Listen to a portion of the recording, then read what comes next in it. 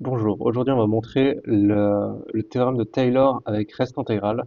Donc ce théorème de Taylor il permet de donner l'approximation de la fonction avec la différence entre l'approximation et la vraie fonction qui est une intégrale. C'est pour ça que ça s'appelle théorème de Taylor reste intégrale. Donc on voit que l'approximation on peut la faire jusqu'à l'ordre n. Donc par exemple à l'ordre 0 ce serait juste f de a. À l'ordre 1 ce serait une fonction affine. Ce serait f de a plus f' de a b moins a. Donc ce serait une fonction affine pour aller de a à b parce qu'on part de A, oui, pour l'approximation. Et si on souligne, si on prend les trois premiers termes, ça fait une approximation quadratique. Donc la formule qui s'en rapproche et qui est une équation du second degré.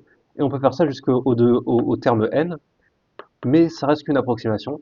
Et le terme qui reste pour avoir la fonction exacte, c'est une intégrale. Et on va essayer de calculer pourquoi, on va essayer de démontrer pourquoi on a ce résultat, qui est une égalité, hein, c'est vrai pour tout b et pour tout ça. Si tant est que la fonction est Cn plus 1. Cn plus 1, ça veut dire qu'on peut la dériver n plus une fois. Donc pour avoir le f dérivé n plus une fois, quand je mets n plus 1 entre parenthèses en exposant, ça veut dire que c'est dérivé n plus une fois. Donc le fait que j'ai pris f qui est dans Cn plus 1, c'est juste pour avoir cette fonction-là et qu'elle soit continue pour que je puisse l'intégrer. Donc comment on va prouver ça?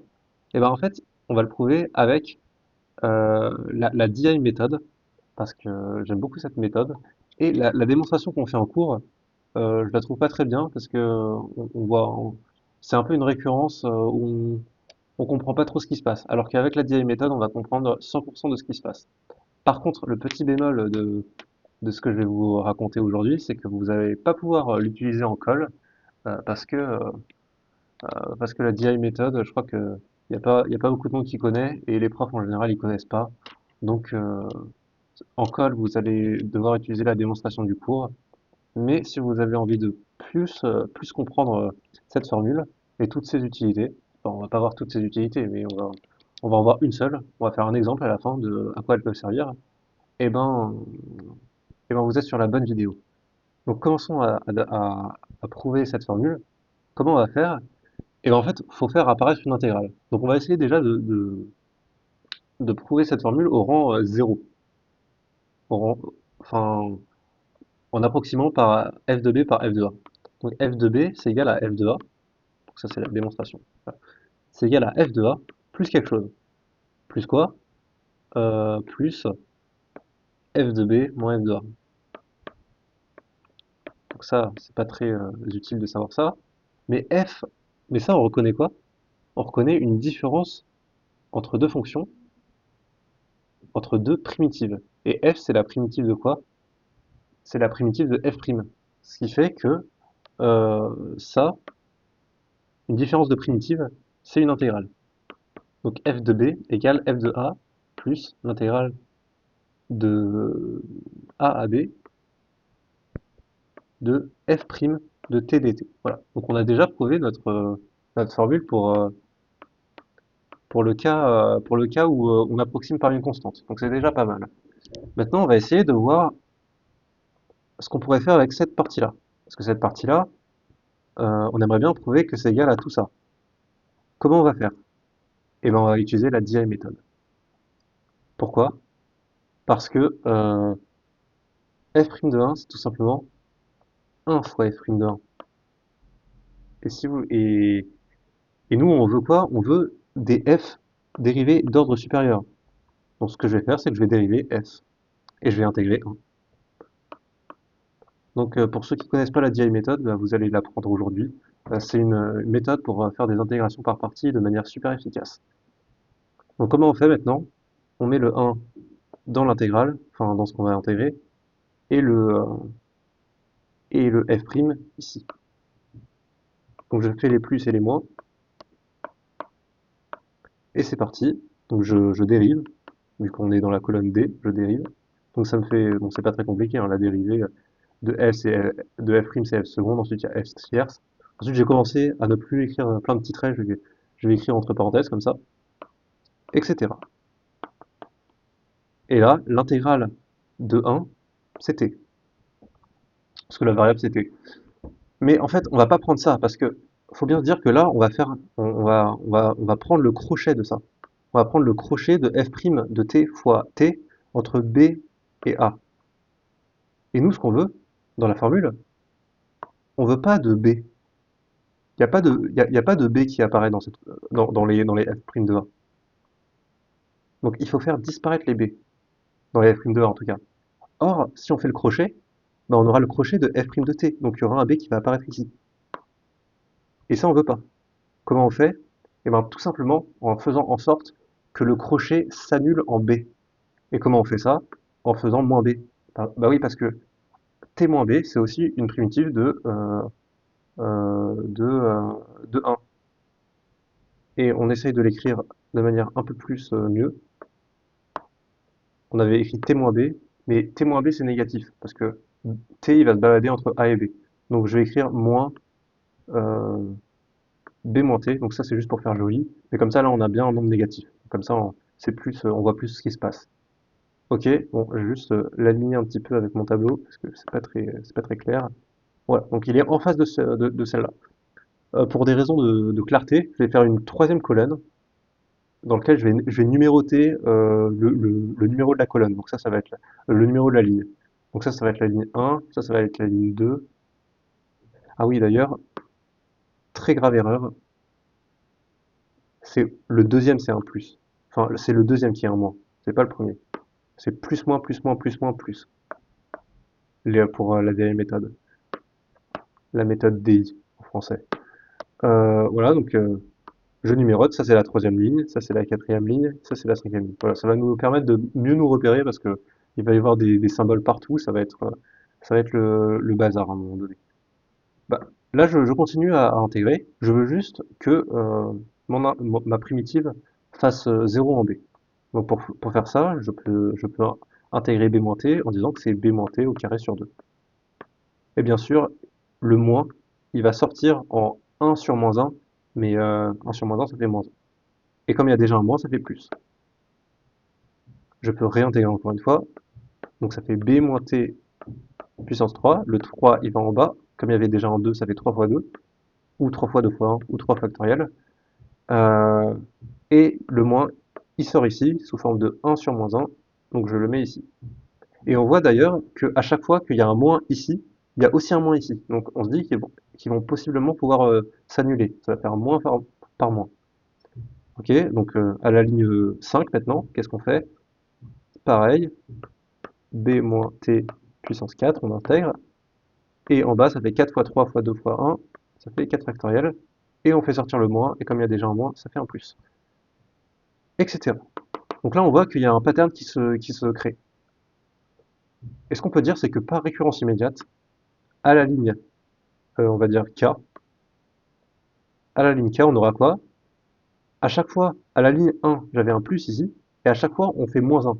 Donc on a un moins, on a un plus. Donc c'est une suite géométrique. Donc en gros, si le rang de la ligne, il est pair, on aura un moins, et s'il est impair, on aura un plus. Donc ça, on peut le noter en moins 1 puissance k. Donc ça vaut 1 quand c'est pair. Comme on veut que ça vaille 1 quand c'est impair, on met un moins. Voilà. Donc le signe, c'est moins 1 puissance k. Là, encore par récurrence immédiate, à la ligne 4, c'est f dérivé 4 fois, donc à la ligne k, c'est f dérivé k fois, parce qu'on dérive à chaque fois une fois quand on passe une ligne.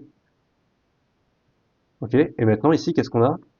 Eh ben, on intègre à chaque fois une fois quand on passe une ligne, et à la ligne 1, l'exposant c'est 0. Donc en gros, l'exposant ça va être toujours la ligne moins 1. Donc ça va être, et à l'intérieur, il faut que ça s'annule en b, donc c'est b moins t puissance k moins 1. Et en bas, il y a k moins 1 factoriel. Ok, bon, ça, pour plus de généralité, ce qu'on va faire, c'est ça, hein. On va multiplier ça par ça, multiplier ça par ça, multiplier ça par ça, multiplier ça par ce qu'il y a ici. Bon, on l'a pas écrit, mais ce serait b moins t puissance 5 sur 5 factoriel. Et donc, par conséquent, on multiplie la ligne k par ce qu'il y a ici. Ce qu'il y a ici, c'est tout simplement b moins t sur, donc c'est à la ligne k plus 1, donc là il y aura un truc, c'est b moins t puissance k sur k factoriel. Donc on voit aussi que Des fois, il y a un moins qu'il y a devant le b-t, et des fois, il y a pas de moins devant le b-t. Ben ça, c'est tout simplement quand l'exposant il est pair. En fait, il y a un moins quand l'exposant il est impair, et quand l'exposant il est pair, il n'y a pas de moins là. Donc on peut l'écrire ça. Donc par exemple, le signe, ça va être moins un puissance k-1, vu que c'est le même signe que la parité du k-1. Ça n'a pas trop de sens ce que je viens de dire, mais j'espère que vous avez compris. Et donc là, ce sera moins un puissance k. Ok. Eh bien, maintenant qu'on a toutes les lignes, on peut aller jusqu'à ce qu'on trouve l'intégrale voulue. Donc l'intégrale voulue, c'est celle-là. On l'a à la ligne n, ou n plus 1, je ne sais plus. Donc on va jusqu'à la ligne n et n plus 1. Et c'est pareil, hein, vu que ce que j'ai fait ici, c'est valable pour tout cas. Donc je peux recopier ça en remplaçant les cas par des n. Ok, et maintenant qu'on a tout écrit, maintenant on peut dire que l'intégrale qu'il y a ici, donc qu'on avait ici, l'intégrale de f', c'est tout simplement égal à ça, plus ça, plus ça, plus ça, plus ça, etc. Et le terme d'ordre k, ça va être ça. Donc en gros, c'est ça fois ça pour k allant de 1 à jusqu'à n. Et ben c'est ce qu'on va écrire. On peut dire que l'intégrale de f', donc f' de t fois 1 ou f' tout court, de a à b, c'est la somme pour k. Donc k, on voit ici, il commence à 1. Donc je prends la somme pour k allant de 1. Et le dernier truc qu'on va multiplier, c'est ça. Donc k, il s'arrête à n. Pour k allant de 1 à n, des crochets, vu qu'à chaque fois qu'on fait une barre oblique, ça veut dire que c'est un crochet. Pour a à b, sachant que en b, ça va s'annuler. Parce qu'on a fait exprès en fait. On a fait b moins t à chaque fois. Donc en b, en t, ce facteur-là, il est nul.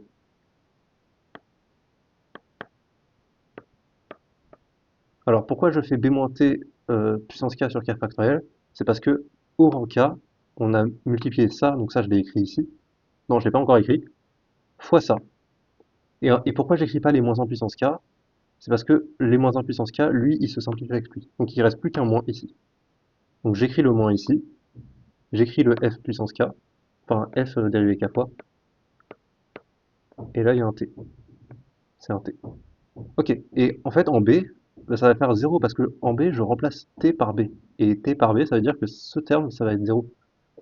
Donc il restera plus que le A. Mais pour le A, en fait, ce qu'on va avoir, c'est que le crochet, c'est ceci évalué en B, donc 0, moins ceci évalué en A. Et moins ceci évalué en A, c'est plus, parce que là, il y a un plus qui se met. Parce qu'il y avait déjà un moins.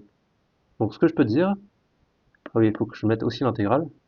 Mais ce que je peux dire, c'est que cette somme, ça va tout simplement être égal à plus ça évalué en A.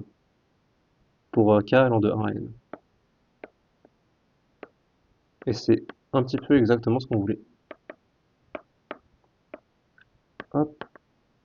Maintenant, passons à l'intégrale. Donc l'intégrale, c'est celle-là. Et comme il y a un moins 1 puissance n plus 1, bah en fait le n plus 1, je peux le faire sortir sous forme d'un moins 1. Donc ça fait moins 1 fois moins 1. Ça fait 0. Enfin, ça fait 1. Donc ça fait moins 1 puissance n fois moins 1 puissance n. Et comme ça a toujours le même signe, c'est soit moins 1 et moins 1, soit 1 et 1. Et ben on les simplifie aussi.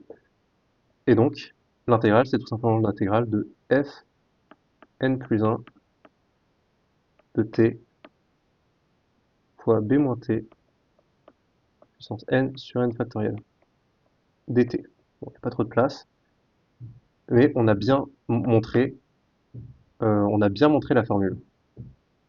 Pourquoi on a bien montré la formule? C'est parce qu'en fait, on avait, si vous vous rappelez bien, on avait f de a qui était égal à f de b plus cette intégrale-là. Ça, c'était le théorème fondamental de l'analyse qu'on avait écrit là et là. Et donc, en remplaçant, eh ben, on a le résultat. Et c'est exactement ça qu'il fallait démontrer. Bon, là, c'est écrit un peu moche parce qu'il y a la somme et il y a ça. Mais si on développe la somme et qu'on met trois petits points, on revient exactement sur ce qu'il fallait démontrer. Donc maintenant, on va voir un cas d'utilisation de l'inégalité Taylor reste intégrale.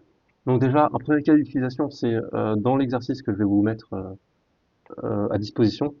Donc c'est un exercice très intéressant et qui va bien vous faire travailler Cauchy-Schwarz et le théorème de reste intégral. Donc je vous conseille de le faire. Euh, et, euh, et le corriger est sur ma chaîne, je vous ai mis le lien en barre d'infos. Mais on peut aussi se servir du théorème de Taylor reste intégral pour montrer que les fonctions C2 convexes sont au-dessus de leur tangente. Donc ça, c'est un résultat assez classique, qui est même dans le cours. C'est pas seulement vrai pour les fonctions C2, c'est vrai pour toutes les fonctions convexes, qui sont au-dessus de leur tangente. Mais dans le cas C2, c'est simple à faire, vu qu'on peut utiliser les théorèmes de Taylor. Donc comment on fait? Eh ben, on dit tout simplement que pour tout x, donc on se donne un point A où on va prendre la tangente, donc soit A, appartenant à R, et soit x, le point dans lequel on fait l'inégalité, appartenant à R aussi. Et on a que f de x plus A, donc par l'inégalité de Taylor-Lagrange, ou tout simplement, prendre plus simplement f de x, c'est f de A, donc le terme constant, plus le terme d'ordre 1, donc f' de A, fois x moins A, plus, et le terme intégral. Ah oui, petite technique pour retenir la formule, pour retenir le terme intégral, parce que ça c'est assez facile à retenir, mais le terme intégral, il est beaucoup plus compliqué à retenir, parce qu'il y a du n plus 1, du n et du n factoriel. Donc en fait, il faut tout simplement se dire que le n, il est égal au, au dernier qu'on a mis ici, donc le n ça va être 1, donc ça va être, la b c'est égal à, c'est égal à x, donc ça va être x moins t puissance 1 sur 1, donc là je mets juste x moins t, et ensuite on aura dt, et il faut que ce soit homogène. Donc comme là on a du t carré, et ben il va falloir diviser f par du t carré.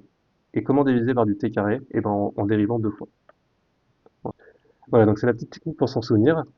Donc ça, l'intégrale elle est de donc l'intégrale va de a jusqu'à x, parce que b égale x. Donc il faut faire une petite disjonction de cas. Déjà si l'intégrale est dans le bon sens, donc si a est bien plus petit que x, alors si a est plus petit que x, alors tout va bien parce que x moins t, comme t est plus petit que x, bah, ça va être positif, donc ça c'est positif. Ça c'est positif parce que c'est une fonction convexe. Donc l'intégrale est positive vu que les bornes sont bien dans le bon sens. Et donc f de x est bien au-dessus de ses tangentes. Et on a même la différence qui est une intégrale. Et si a est plus grand que x cette fois-ci, donc là on peut plus utiliser les théorèmes de comparaison parce que les bornes ne sont plus dans le bon sens. Pour les remettre dans le bon sens, il faut mettre x en dessous de a pour aller de x à a, vu que x est plus petit que a cette fois-ci. Pour faire ça, on doit multiplier par moins 1, donc je multiplie dans la parenthèse, donc ça me fait t moins x au lieu de x moins t, et ensuite on a f seconde de t. Donc t moins x, comme t est plus grand que x, ça va être positif, ça va être positif, et donc le tout va être positif, et pour la même raison, la, la, la fonction va être au-dessus de sa tangente.